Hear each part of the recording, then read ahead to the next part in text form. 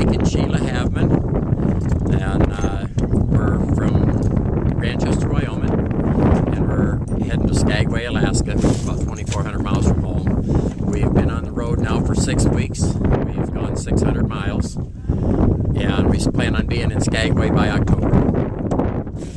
So how did you two get selected to make this trip, or how did this all come about? Here about 10 years ago, we decided we wanted to take a wagon trip, a long one. We've done 200-300 miles. We've been all over the United States and done a few rides and stuff. And we decided about 10 years ago we was going to go to Alaska.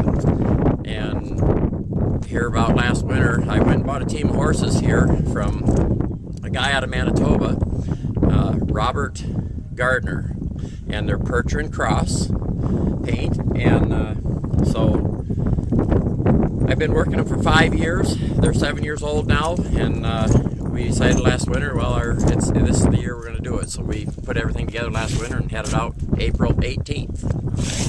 And I understand it's kind of a fundraising trip as well?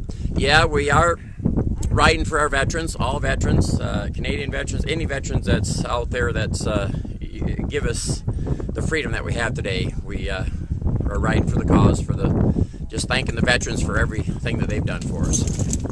And what's been the most challenging part of this trip so far? The most challenging part is the weather. I mean, if the weather would change, we've been through a lot of snow, a lot of whiteouts we've been through. We was 3 days out in the middle of the prairie there between Columbus and Shawmut, Montana, and we didn't even see a postmaster. I mean, it was just a solid whiteout. We just had 3-4 foot of snow out there, and we were just out there by ourselves. Okay. So the weather's been probably the most, whatever you call it, the hardest thing probably on us so far. So tell me a little bit about the hospitality you guys have had so far. We have got the greatest hospitality. I mean, one thing that we have done is we left, like I said, April 18th, 6 weeks we've been out, and I have yet to buy a bag of feed for the horses.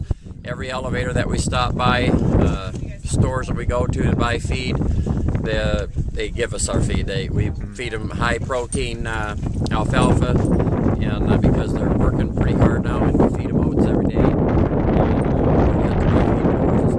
I broke down in Milk River 2 days ago. My tongue needed some welding, and I mean, people just came out there. A man named Pudge welded it all up, and I asked him what I owed him, and he says 2 words, and I said thank you, and he said that's what I was looking for. So the hospitality was just awesome.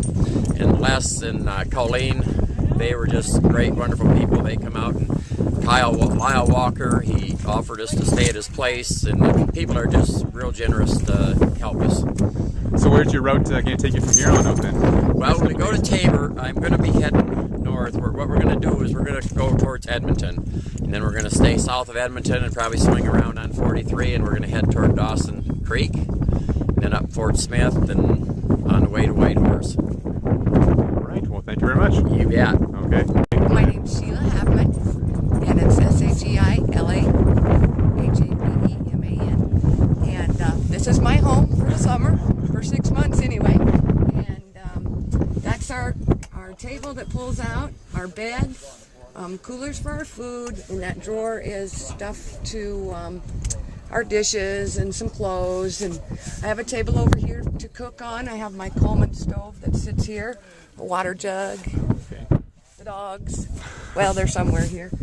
And it's been really fun, and it's been easy and good. We might get a little tired of it by the time summer's over with, but other than that, it's been good. But a lot of hospitality from people along the way. I mean, yeah, everybody's got a warm bed a couple nights. Yeah.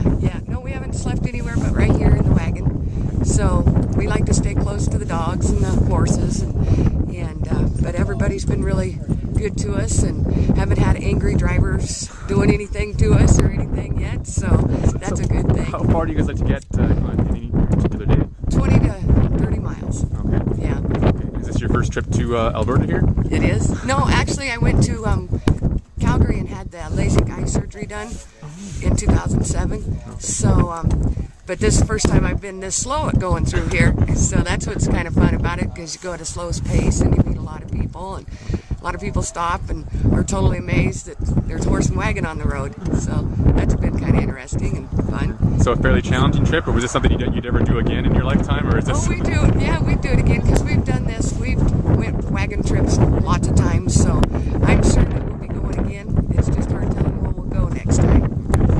All right. Well, thank you very much. It's like you got a police escort. Yeah, it's crazy, you know, because I was thinking, yeah, you don't want to hide or anything.